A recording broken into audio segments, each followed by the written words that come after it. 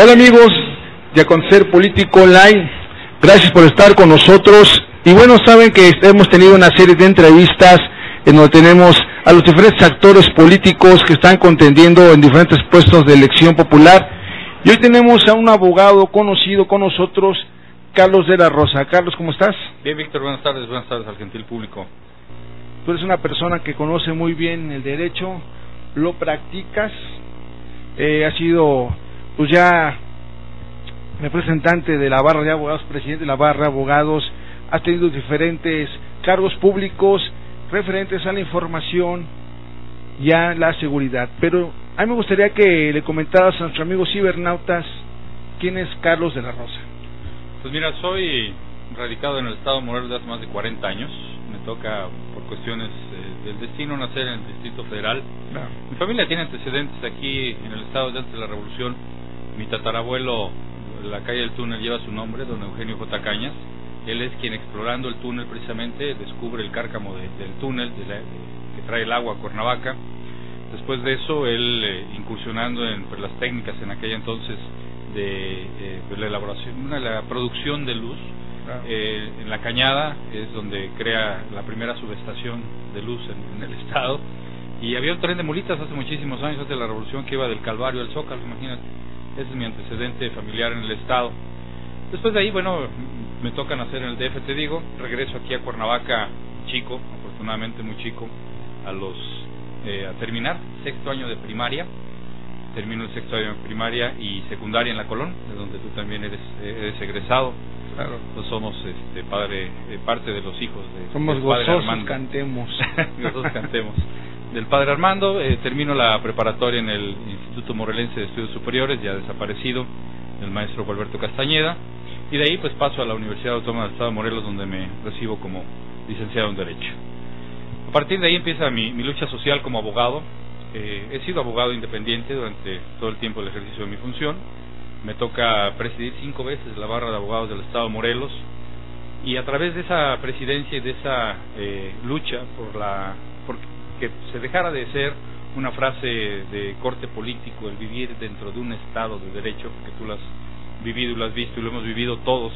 Es clásico que el político dice que vamos a vivir dentro de un Estado, hay que respetar el Estado de Derecho, pero es una frase hueca, una frase demagógica que en lo personal como abogado me interesó sobremanera luchar por ella.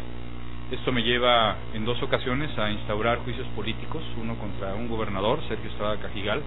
A mí me toca iniciar ese procedimiento, y después, tiempo después, por ahí del 2004-2005, un juicio político en contra del presidente del Tribunal Superior de Justicia.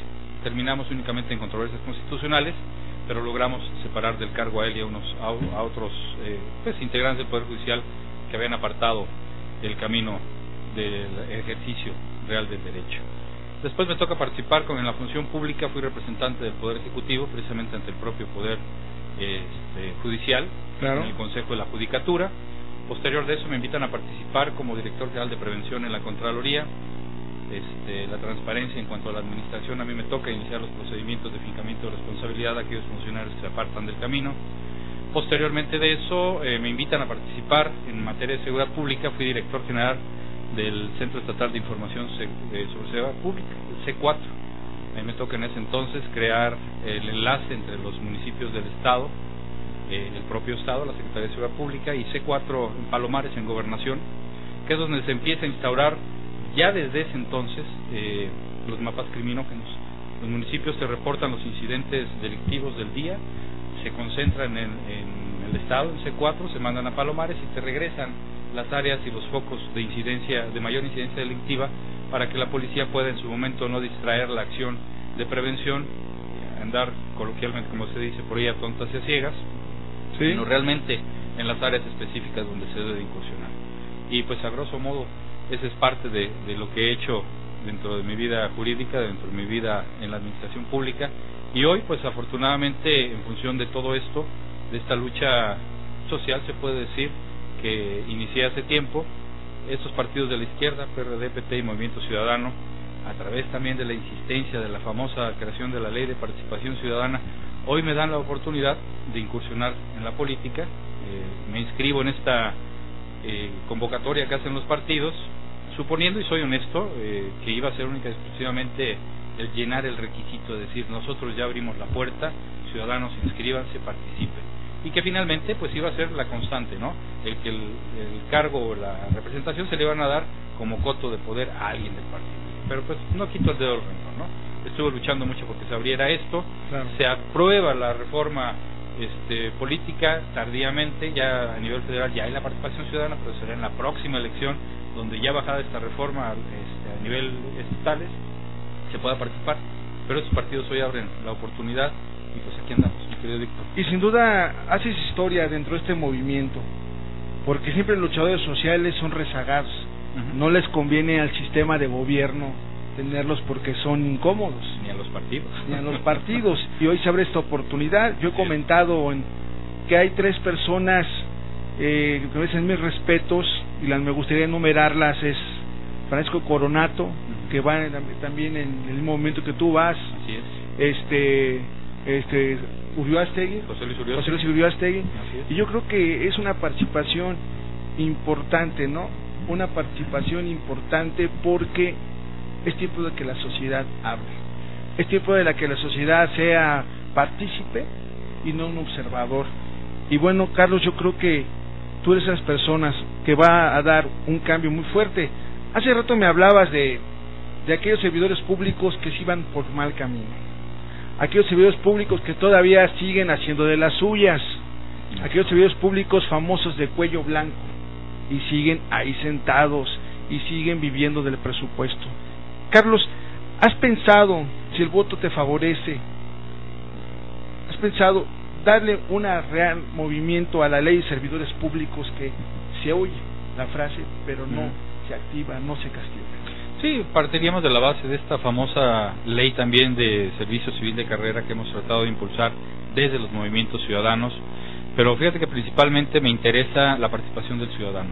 Desde el año 2000, un poquito antes, iniciamos a impulsar una ley de participación ciudadana, pero que fuera congruente realmente con las necesidades del ciudadano de participar activamente en la política. Finalmente los partidos políticos, de acuerdo a la ley, surgen en función de la organización del ciudadano en aras de un beneficio común. Claro. Los partidos se apartan de esta mística, siguen creándose a partir de ciudadanos, siguen utilizando a los ciudadanos, pero finalmente los rezagan.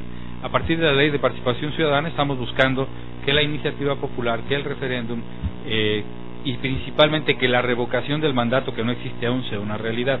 Yo cuando voy visitando a las gentes en sus casas, los invito a participar y les digo principalmente que si me llegan a favorecer con su voto, no me dejen solo. Y yo los invito a participar conmigo, a legislar conmigo. La iniciativa popular hoy tiene un requisito de un porcentaje de participación mayor de lo que representa la creación de un partido político. Para que una ley ciudadana pueda llegar a operar, requieres más firmas que para la creación de un partido político. Ahora vemos por qué mejor se crean partidos políticos que son negocios y no darle cabida a la ciudadanía a participar. Esa sería una de las principales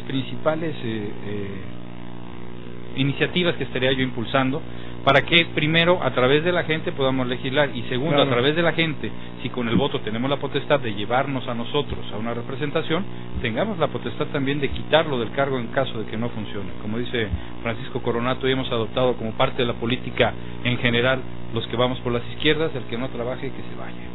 Sobre todo te iba a comentar, es increíble que cómo se han hecho los partidos familiares. Sí. Hablemos del PT, que tanto habla y dice, bueno, tú vas a ir representando, pero como que se abrió un poquito, no digo, basta, sí, ¿no? Ya no podemos ser tanta familia.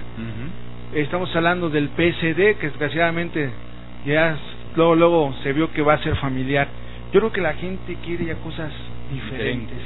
Y en este caso, yo creo que tú le puedes dar ese giro en el Congreso, de hacer un Congreso auténtico, un Congreso que abrogue y derogue las leyes y no solamente se paren como borregos y digan vamos por esta porque así papá gobierno nos dijo, por ahí te van los chuchulucos para que estés callado.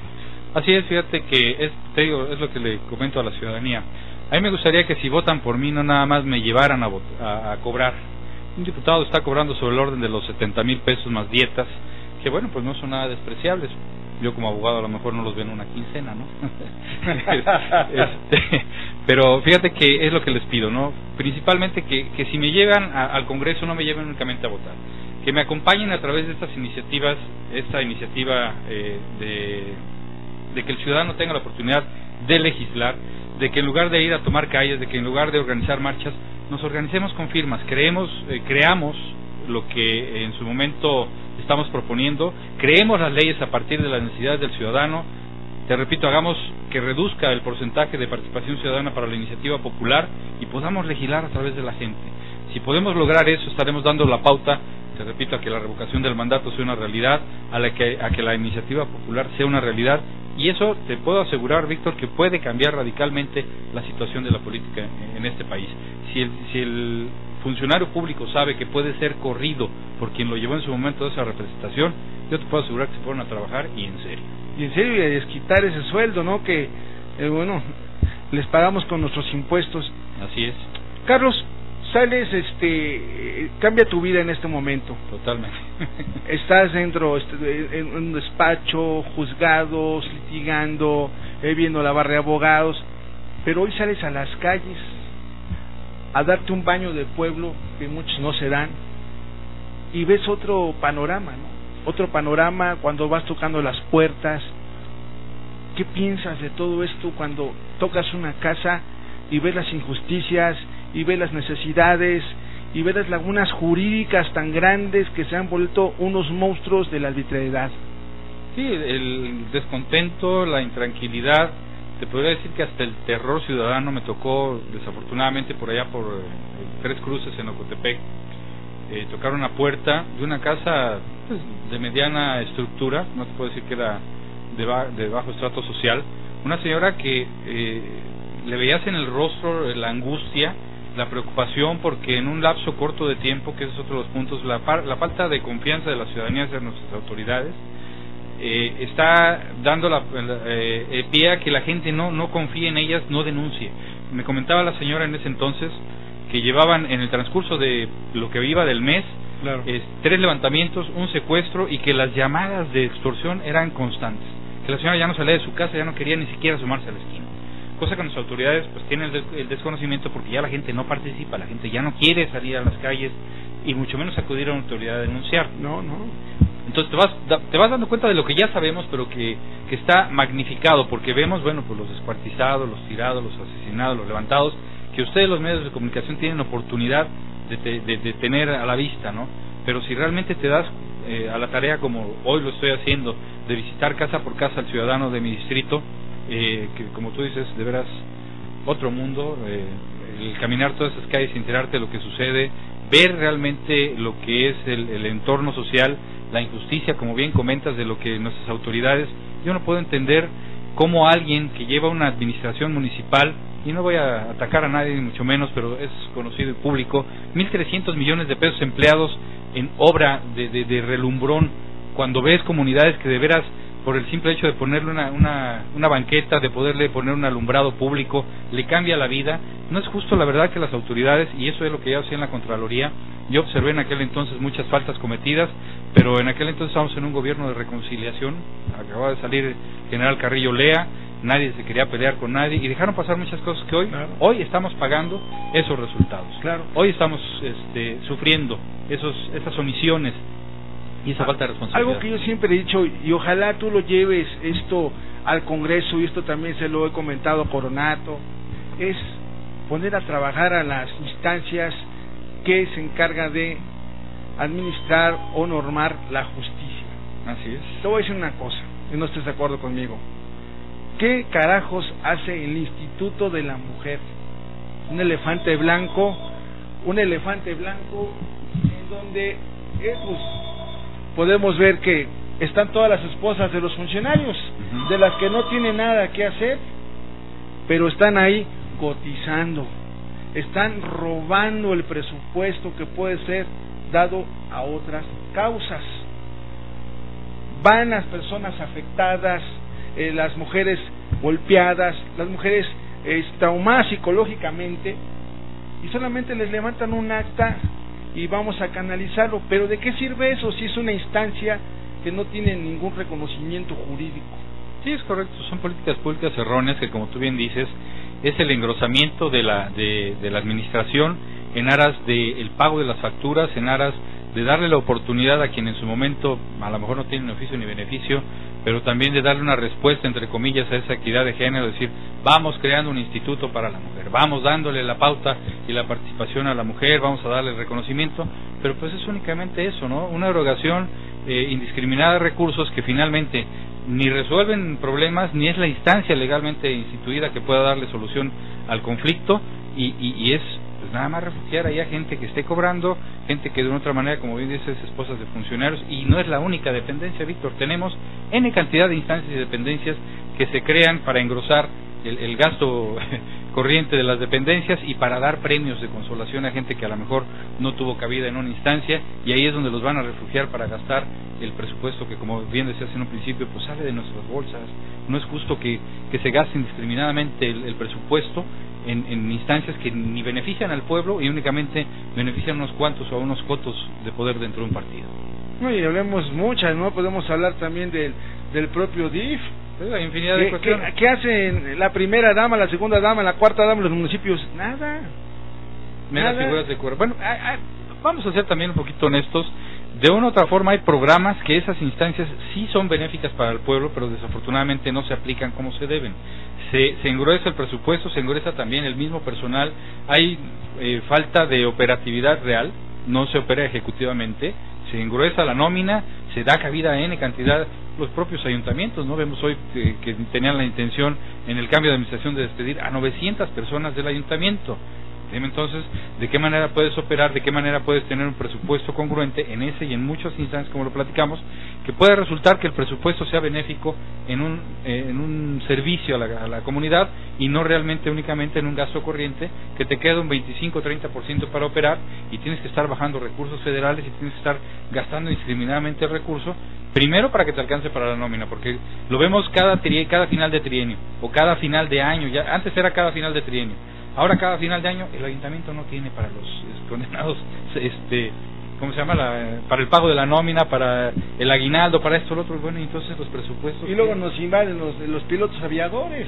Y luego el Congreso, que tiene, uno, la obligación de aprobar los presupuestos, y dos, revisar la cuenta pública, como son de mi partido, como son del tuyo, ahí transamos, nos vamos en prebenda, yo te paso tu cuenta, me autorizas la de mi cuate, de mi partido, y a lo que sigue el año que viene, y empieza y sigue a gastar. Entonces, eso es lo que yo quiero llegar a cambiar en el Congreso del Estado. No, y además hay que comentar a los amigos televidentes que este Congreso fue el Congreso que más inflado se fue de dinero. De personal, de gasto. Bueno, acaba de salir la persona que va a contender por ahí en un cargo público, una mujer que era la auxiliar de la tesorería o algo por el estilo.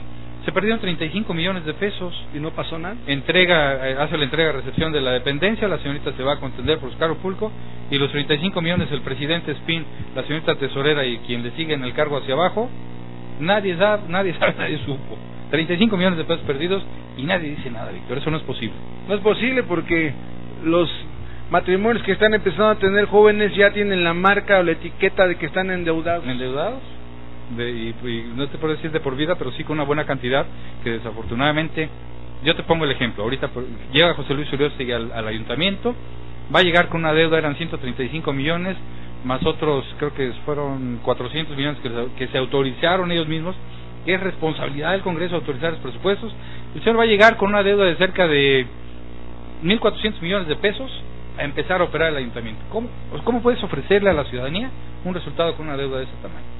No, pues todo se fue en las fuentecitas, en la pavimentación de Morelos, algo que no se necesitaba, cuando se necesitaba ayudar a la gente de la pobreza extrema, a llevar alimento a tanta gente, a tantos niños que no tienen para comer. Pero Carlos, ¿qué harías tú, siendo ya diputado, primeramente, como decimos por ahí, primeramente Dios, qué harías para ya no decir típicamente voy a atacar a la delincuencia? ¿Cómo trabajarías ese asunto?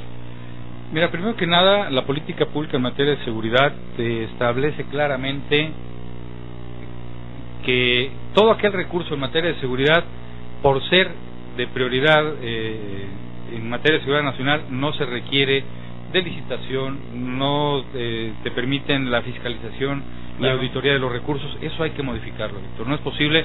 Hoy vemos de veras miles de millones de pesos gastados en políticas de seguridad pública, que lo ve reflejado en un salario ínfimo para el policía, en una falta de seguridad social para el policía. Es gente que arriesga su vida y no tiene ni siquiera seguridad social, no están inscritos al seguro, al ISSSTE, no tienen un seguro de vida, no tienen absoluto, son híbridos que la ley no los contempla de esa manera.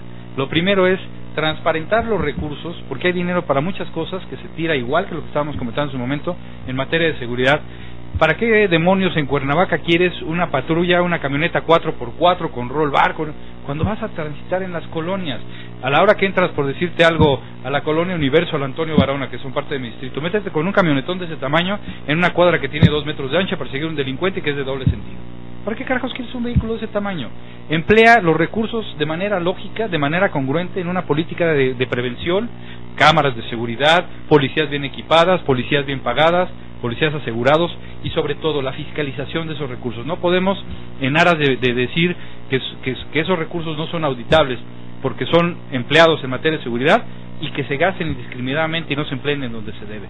Una real academia de policía, una real capacitación, una real seguridad y un real y efectivo empleo de los recursos en una política pública donde con congruencia se abata la inseguridad, se prevenga el delito y así como ese, el resto de los recursos en la Procuración de Justicia, la Procuraduría también. Hemos visto en este nuevo sistema de justicia oral, arrancamos con bombo y platillo el famoso procedimiento. No tenemos laboratorios de criminalística, no tenemos periciales equipados, los mismos juzgados no tienen el equipamiento para poder llevar a cabo los juicios orales. Hoy por hoy lo que queríamos evitar, que era el famoso carrusel de que como la justicia oral es la presunción de inocencia, entras por aquí, sales por allá, vuelves a entrar, vuelves a salir. Eso es lo que queremos evitar. Crear políticas públicas inteligentes, congruentes y con un gasto efectivo, transparente y aplicado con prioridad donde se debe. Sobre todo yo creo que deben ser muy observadores en la elección, ¿no?, de presidentes, se fue de justicia, sí, en jueces, porque la verdad se ha dado ahorita con el señor Falcón el compadrazgo, el amiguismo, y la verdad ya no estamos para eso.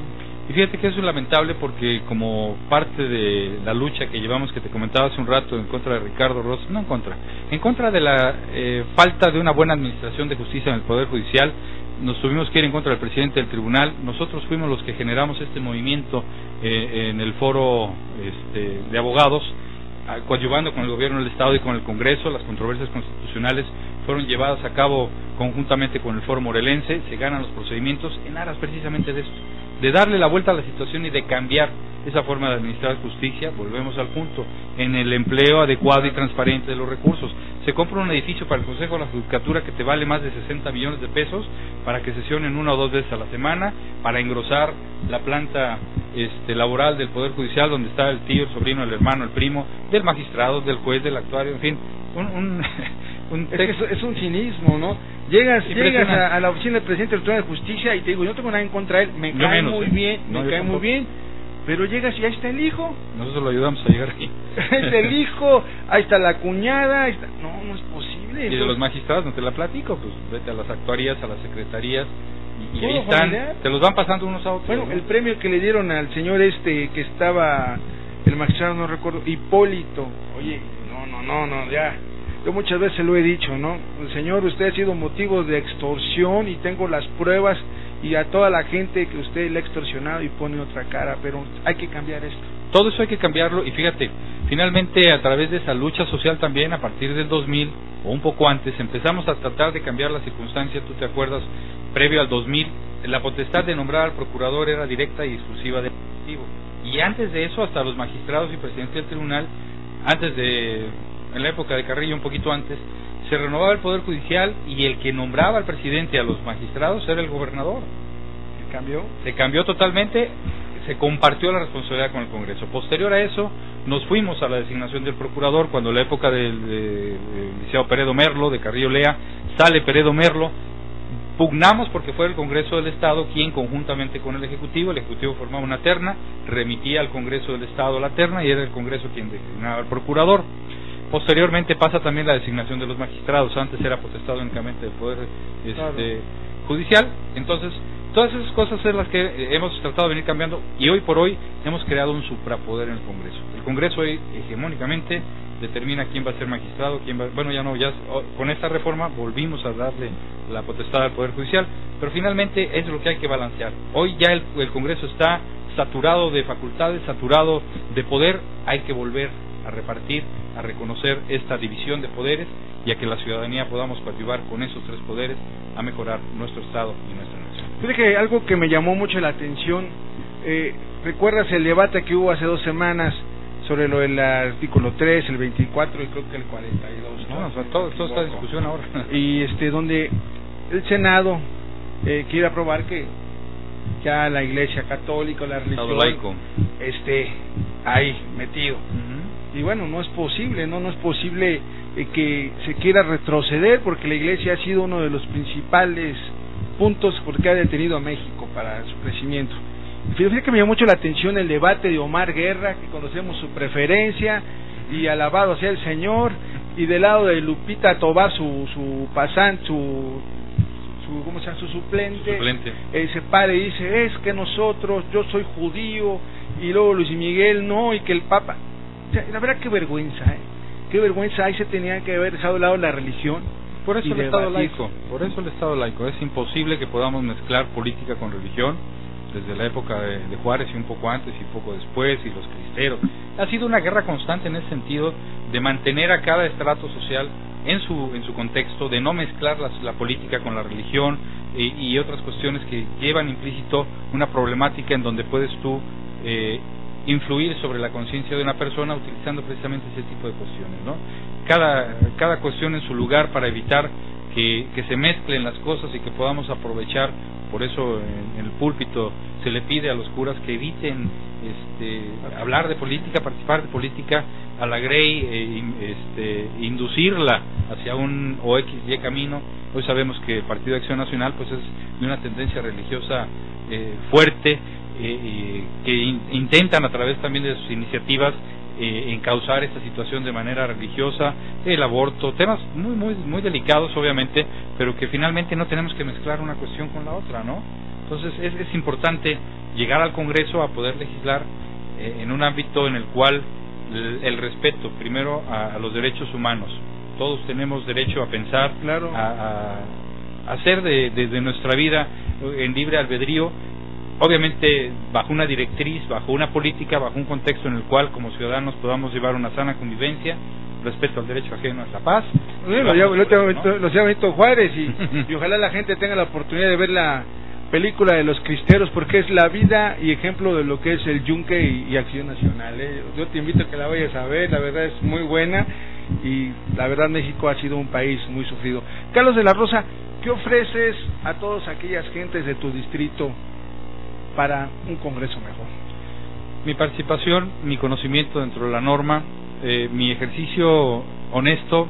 He trabajado mucho para ganar un prestigio, me ha costado muchos años el ganar un prestigio. Yo digo que ganarte un prestigio te cuesta toda la vida y perderlo un segundo.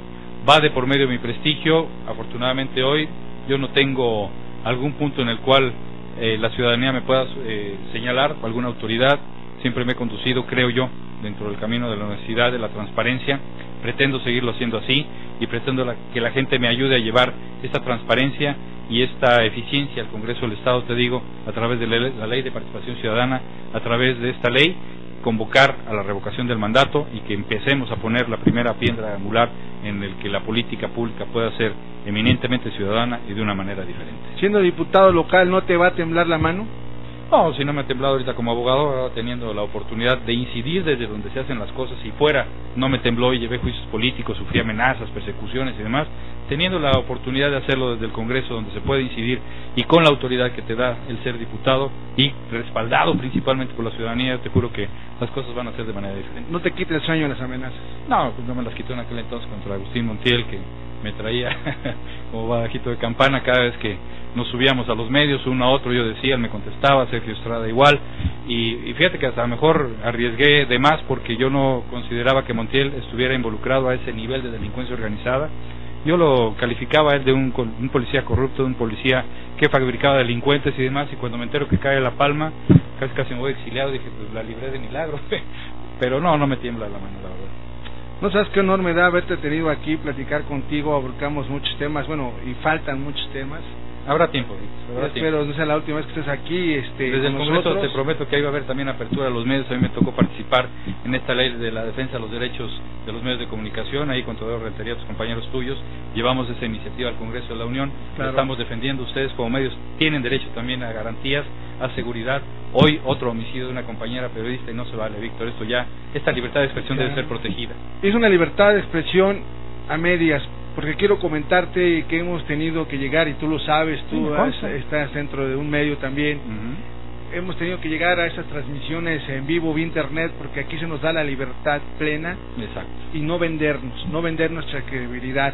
Desgraciadamente, con esto que hizo este candado, que hizo papá gobierno con el IFE, con el IE, de ponernos candados, tanto medios de comunicación como ustedes, son políticos, creo que es una estrategia muy mala que no nos vamos a dejar vencer, y si es necesario, por este medio informativo, por este medio del internet, vamos a estar constantemente diciendo lo que sentimos e invitando también a los candidatos, a los abogados a hablar como se tiene que hablar. Y aguas, porque nos viene la ley SOPA también que hay que defender, ya hasta contra los medios cibernéticos se quieren ir, entonces ese es otro puntito que hay que tocar, hay que analizar muy a profundidad, porque el día de mañana hasta por aquí nos van a querer cobrar. Bueno, Carlos de la Rosa, pues te agradezco que estés con nosotros, te deseamos las mejores de la suerte, sabemos que eres un guerrero y que la vas a librar. Gracias, mi Víctor. Gracias a ustedes por su atención y pues por aquí nos estaremos viendo próximamente.